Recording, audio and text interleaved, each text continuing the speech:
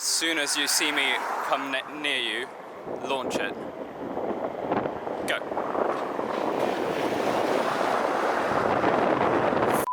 Sick. Oh, that was so sick, mate. That was so sick. Hello Electroheads, this is the Tesla Model S, and if you didn't know that, congratulations, you are Amish. This is by far the most important, most influential, game-changing car of this century. That's not my opinion, it's just a fact. Or at least it was a fact when this car came out, which, believe it or not, was 8 years ago now. And a lot changes in 8 years. New, exciting electric cars have come along inspired by the Model S, and all of a sudden, the originator is starting to look a bit old farty. But don't be fooled by appearances. In this video, I'm going to show you that this car has changed much more than you may realize, and explain why I think it's still the best electric car out there.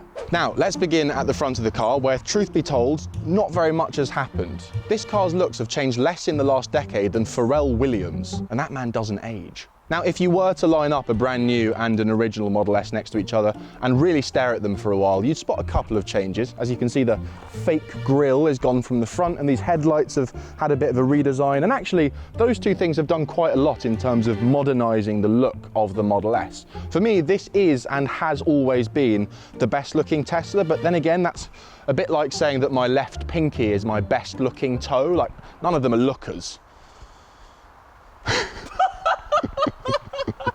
At the back, meanwhile, the biggest change is this badge here, because the badging system on Teslas used to be a bit confusing. There was a P75D, an 85, and 95, and it's just all a bit much. Now it's been simplified, and there's just two Model S's to choose from. You can have the entry-level one, which is called the long range, and you can have this one, the fast one, which is called the performance. And you know it's the performance because it very clearly says on the back. How have they made that confusing? Inside the Model S, however, it is, well, also exactly the same. Same steering wheel, pretty much the same seats, same big old screen in the middle. It still has a gauge cluster, unlike newer models like the Model 3, which just have the one big super screen. Honestly, to the untrained eye, this car hasn't changed at all in 8 years. But that is, of course, because every single significant update that's come to this car was downloaded. Now, most car makers, every couple of years, facelift their cars. They do a big chunk of updates all at once, but Tesla don't do things that way. They have been incrementally tweaking and fine-tuning their car for 8 years, non-stop. And if you've never been in a Tesla before, you may be watching this and thinking, oh, so they've just changed the infotainment a little bit, but they haven't bothered changing the car. No. See, this is the car. Everything outside of this screen is just, well, seats and a couple of pedals that don't do anything. Everything about the Model S, from how quickly the door handles pop out to the braking distance, everything is adjustable over the air. I wonder if Teslas are like iPhones, where if you have one of the old ones and you install the latest updates, the battery goes really quickly. Food for thought. So, what exactly has changed on the Model S? Let's get specific. Well, when Tesla lent me this car, I had them send me over a full list of every software update the car has received in the last 8 years, and it was pretty epic reading. I was going to print it out and do a whole comedic long piece of paper type gag, but it was so long my printer ran out of ink. But looking through that list, what I found really interesting is that most of the updates fall into one of two categories. There are the big headline updates, the sci-fi stuff, the ones you know about whether or not you own a Tesla because they make news. And this is things like autopilot and auto park, both of which themselves have had a bunch of updates. And things like smart summon, sentry mode, the addition of Netflix and video games for when you're sat charging. Many of these features are completely exclusive to Tesla, and they are a huge part of what makes owning one so exciting. But it's actually the other category that I was referring to when I said this car has changed more than you might realize. And that category is the little things, designed to make your life just a little bit better. And for every big, exciting Tesla update, there have been 10 of these. I'll give you some examples, and bear in mind, some of them are really small, such as the ability to open the frunk from your mobile phone, an auto brightness adjustment setting for the center screen, a creep mode, which I'll be honest, I was really hoping would involve some sort of taser in the passenger seat for when your weird uncle gets in. Sadly not. Oh, here's one that really demonstrates Tesla's commitment to the tiny things. This is my favorite. It's called Joe mode, so called because a man called Joe wrote into Tesla on the internet and asked for it. No, seriously.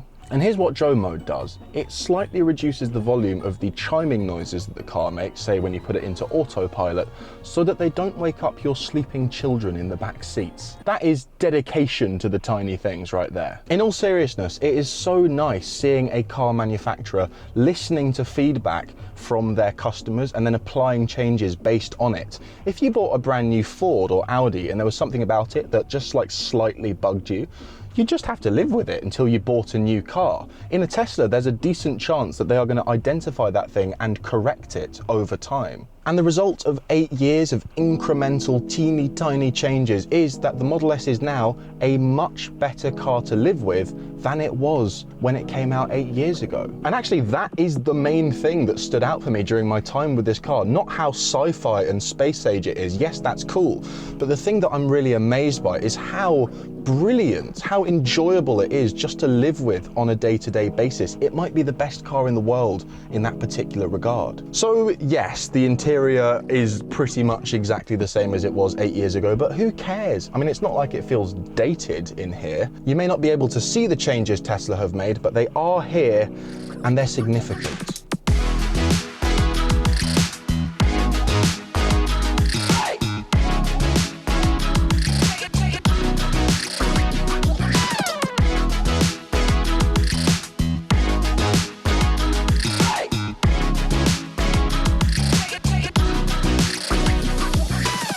Okay, I hate to state the obvious, but the self-driving tech on this car is unbelievable. I mean, it is freakishly good. Any kind of roads now it can handle pretty comfortably. On the motorway, forget about driving yourself. That is history. Even on smaller B roads like this, it's pretty much happy to just take care of it most of the time. And this is a recent addition that I really like. On my little screen up here, I've got my little digital car and the little digital road edges, and that can also show me other cars on the road and pedestrians. And recently, it can do road markings, traffic lights, and cones.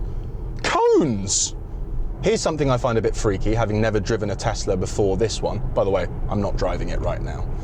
If you go into the settings and turn on some of the fancier autopilot features, they're still listed as betas. And before you turn them on, you have to read a big scary message going, hey, just so you know, this doesn't work super well all the time, and if you die, not really our fault. What other car brand would have the balls to do something like that? I guess there's two ways you can look at it really, isn't there? You can say, well, it's ridiculous that this £100,000 car comes with unfinished software, or you could say, wow, how cool that I get to test out these brand new features before anyone else. How you choose to answer that question is a pretty good indicator of whether or not you would enjoy owning a Tesla.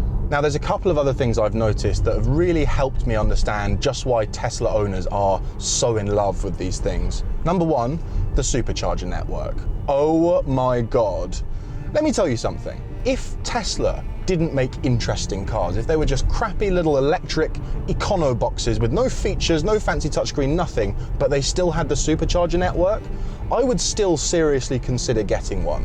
150 kilowatt dedicated rapid chargers. It's just like being in the future. And you know what? The next time I get a different press car that isn't a Tesla and I've got to go and find some miserable third-party charge point and sign up, create an account, add my car details, promise to donate my first child to them, do you know what I'm going to do? I'm going to wish I was in a Tesla. Number two, it's bloody lovely to drive. I wasn't really expecting that. I mean, I thought Tesla was all about the toys over here. Maybe they'd forgotten to give it handling characteristics, but no. It feels a bit big in cities and the visibility isn't the best, but once you get out here and you've got a bit of space, it's quiet, it's relaxing, it's stupidly fast, and it's a very impressive party trick, but you know what? It's not even that high on the things I like about this car. Every person that I've had in the passenger seat that I've shown the acceleration to has had the exact same reaction. After the first one, they're like, oh my God, that was amazing, do it again. After the second one, they're like, I feel sick. If it was me, I would be just as happy with the long range version, truth be told. I actually spend a lot of time driving this thing in chill mode just because I don't have to worry that I might jump to light speed if I sneeze. Is it a perfect car? No. My complaints with it are the classic Tesla complaints. I think the build quality is a little bit below average for a car this expensive. And kidding aside, some of those fancy features really just don't want to work quite a lot of the time. I have been unable to make it switch lanes in autopilot once. When I self-park it, it misses a lot of the spaces that I want to park in. Is it still one of the best new electric cars that you can buy? 100%. Between the sheer ease of use, the autopilot features, the supercharging network, and the continuous improvements, there is nothing quite like a Tesla Model S. And actually, I think the biggest threat to this car is its baby brother, the Model 3. But that's a conversation for another video. So there we have it, the Tesla Model S, the electric car that started it all, still leading the way 8 years later. Make sure to like and subscribe. We'll see you soon. Launch! Flipping hell.